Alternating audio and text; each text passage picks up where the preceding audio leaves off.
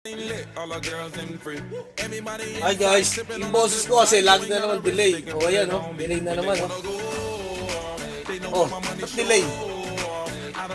Ba't nasa ibang lugar ba ako? Nasa ano ba ako? Ako lang naman nagbibideo nito eh.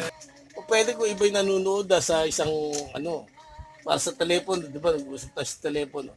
Tapos monitor nyo, TV parehas. Yung po pwede ma-delay, pag-uusap nyo ma-delay. O sa TV, maririnig mo. Pero yung pagdating na ganito, yung boses na di-delay, oh, parang nagdadab. Ano yan?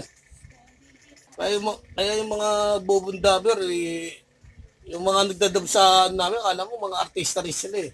Sa TV namin. Ba't pinapauso nyo yan? Ah, piracy lang na yan ganyan ah. Para at least makaligtas sila eh.